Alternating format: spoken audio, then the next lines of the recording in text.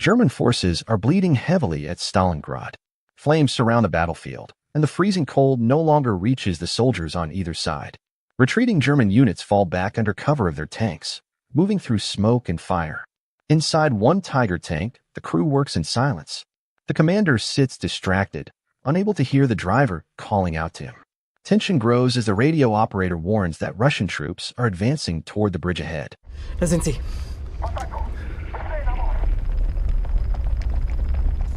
The ground begins to tremble. Through the thinning smoke, Soviet T-34 tanks roll forward with infantry close behind. Inside the Tiger, the gunner and loader prepare their weapon, locking into position while waiting for the commander's order. Shells and machine gun fire erupt from the Russian side, shaking the bridge beneath them. Only then does the commander fold a letter in his hands and calmly give the command to fire. Feuer. The Tiger responds with brutal precision. The gunner and loader move in perfect rhythm, destroying one enemy tank after another. At the same time, the radio operator lays down suppressing fire, cutting through approaching infantry. The bridge is set to explode within minutes, yet the commander orders them to hold their position. Each man stays focused, knowing hesitation means death, while the driver waits for the moment to pull them back. As the danger grows, the gunner urges retreat before the bridge collapses. The commander looks once more at a family photograph and finally gives the order. Smoke grenades deploy as the driver swings the tank around and accelerates. Explosions roar behind him while the Tiger races across the long bridge, metal screaming under its weight. Before they reach safety, a wave of Russian bombers dives in.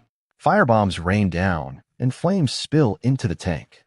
Even as fire burns against his foot, the driver refuses to slow, forcing the Tiger forward through pain. Just before the bridge ends, the commander spots a lone deer frozen on the road ahead. In the same instant, another bomb strikes the tank, swallowing it in. Fire. Days later, the commander returns to his unit with a sealed mission file. He suffers violent headaches, haunted by memories of the bridge, and relies on Pervitin to steady himself.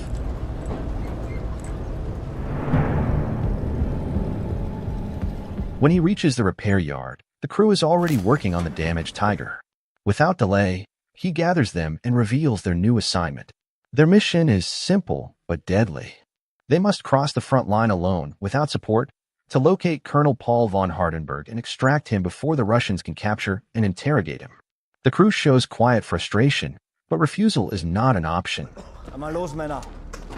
Einmal los.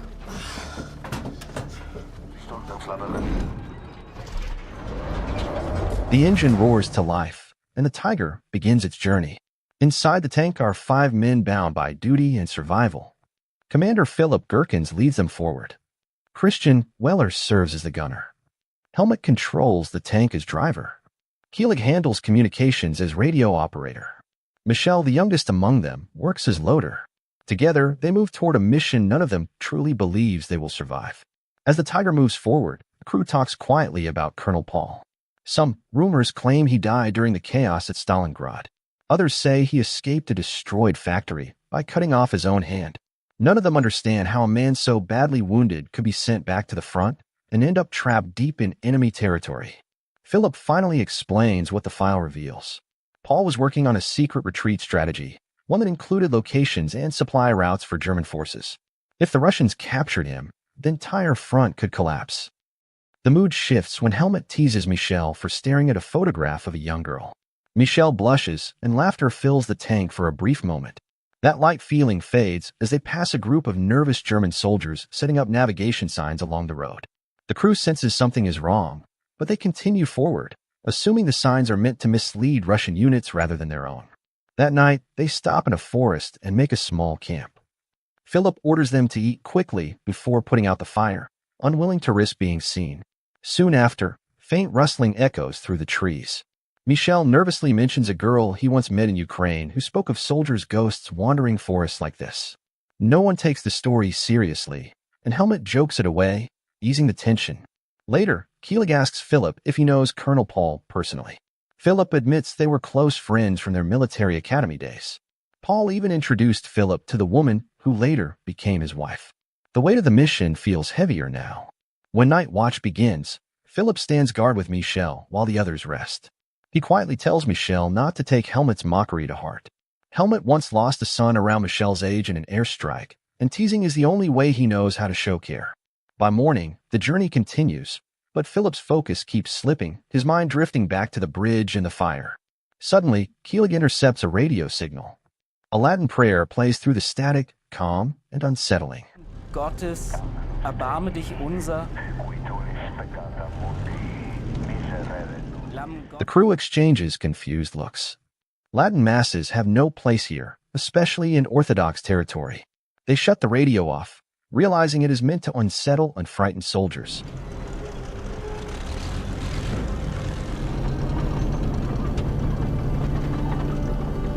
As the Tiger crosses an open field, Philip suddenly shouts for Helmut to stop.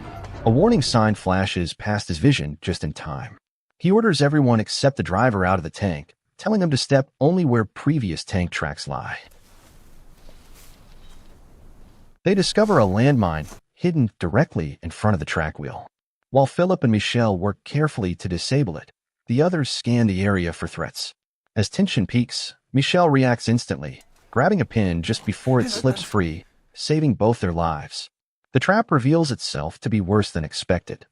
The landmine is linked with hand grenades, designed to detonate even during disarming. Philip realizes this is a deliberate German double trap, meant to catch even experienced crews.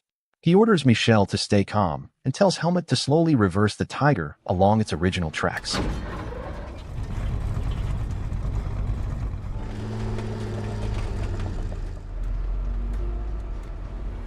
Du Scheiße, der Pimpf. Gerade habe ich gesagt.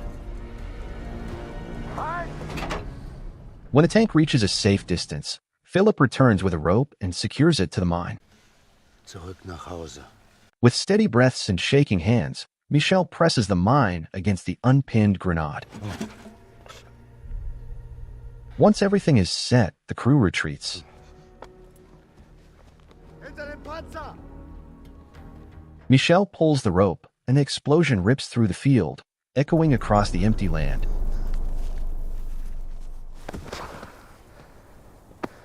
Not long after crossing the minefield, the crew suddenly encounters several Russian tank destroyers.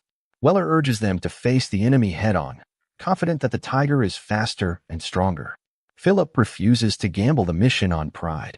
Without hesitation, he orders Helmut to steer toward a nearby river instead. The Tiger pushes forward at full speed and reaches the riverbank before the enemy can close in. Philip gives an order that shocks everyone. They will submerge the tank. The Tiger is capable of river diving, but none of them have ever done it before. With no other choice, the crew quickly prepares the tank for underwater movement and drives straight beneath the surface. The steel hull seals tight, and the tank survives the plunge. Following Philip's command, Helmut shuts down the engine in the middle of the river. Silence fills the tank. If the engine fails to restart, they will be trapped. Minutes later, Russian destroyers arrive at the riverbank. The water above them trembles as engines pass nearby. The crew barely breathes, waiting in darkness until the enemy finally withdraws. They remain submerged for hours. Slowly, the weight of the tank presses into the soft riverbed. Water begins to force its way inside under pressure. With no time left, Philip orders the engine restarted. There is a brief delay that feels endless. True to German engineering, the engine roars back to life. The Tiger climbs out of the river, scarred but alive.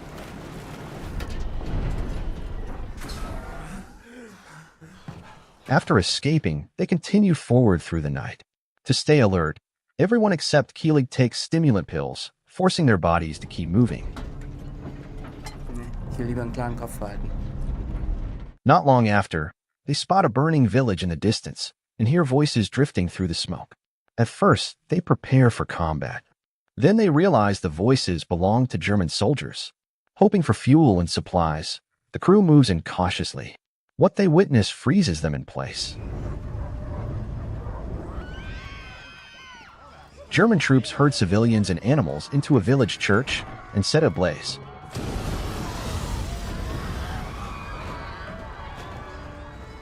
A lieutenant colonel nearby turns to them and calmly asks if they remember the flames.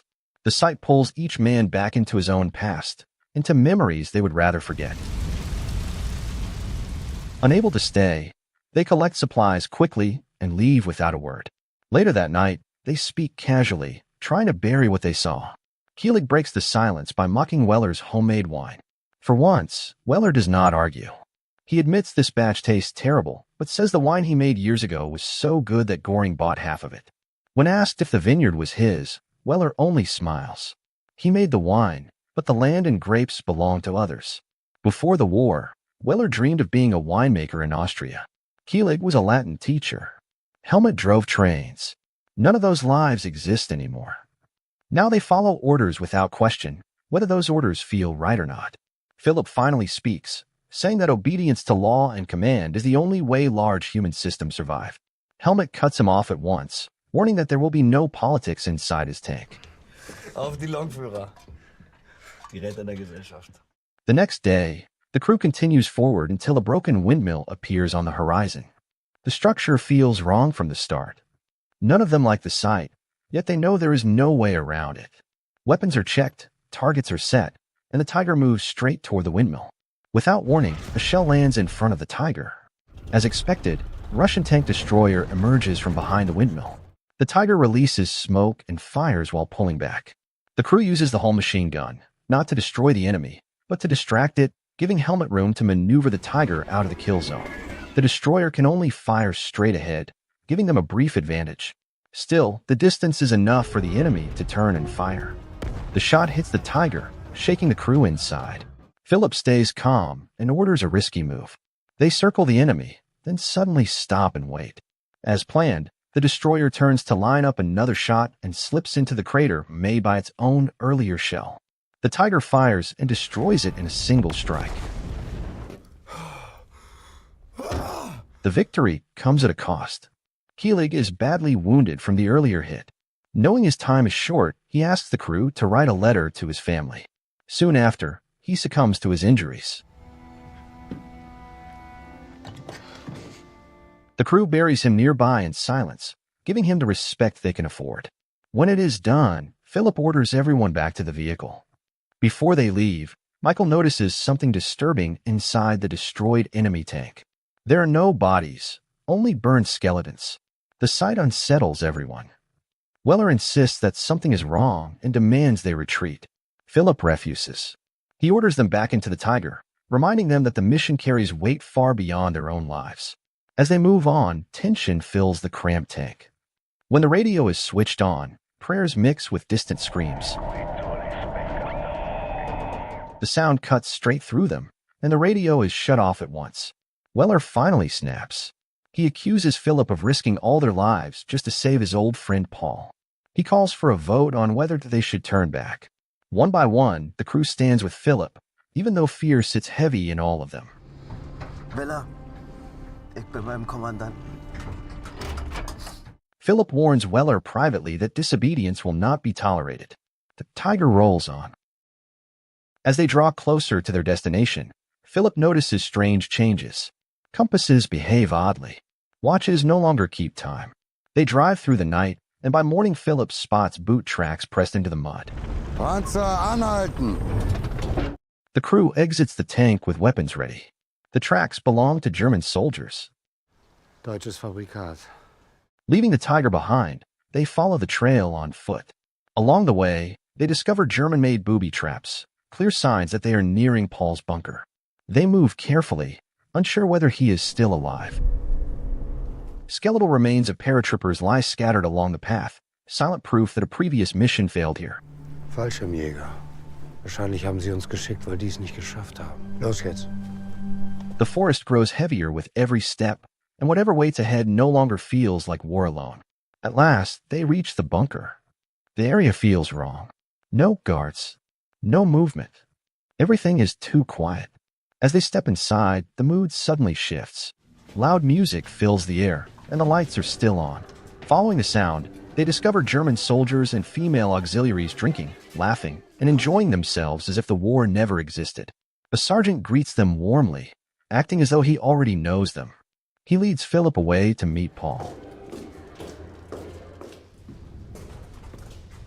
When Philip finally sees him, the truth feels unsettling. Paul does not look like a man trapped behind enemy lines.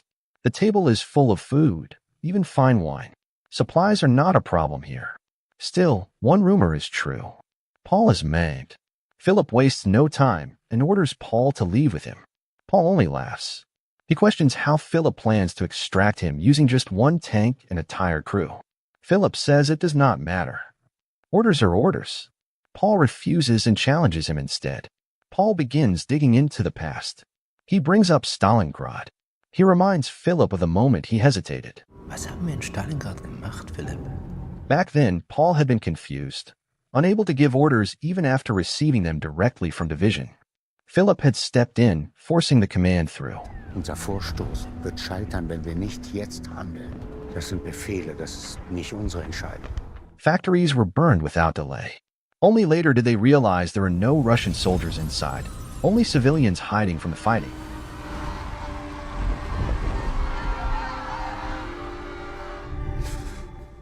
Even now, Philip insists they did nothing wrong. They followed orders. That is all. As they speak, Philip notices something else. The food on the table begins to rot. Fear slowly creeps into him. When Paul asks why Philip froze during the bridge battle, the truth finally surfaces. Philip had received news that his family died in an airstrike. Distracted by grief, he delayed the retreat. The tank never crossed the bridge. It was hit and plunged into the river as the bridge collapsed. Paul then admits his own truth. He never escaped the factory either, even after cutting off his hand. None of them made it out. They have all been trapped here since that day, waiting for Philip to arrive. The silence settles heavily around them, and the war finally reveals its end.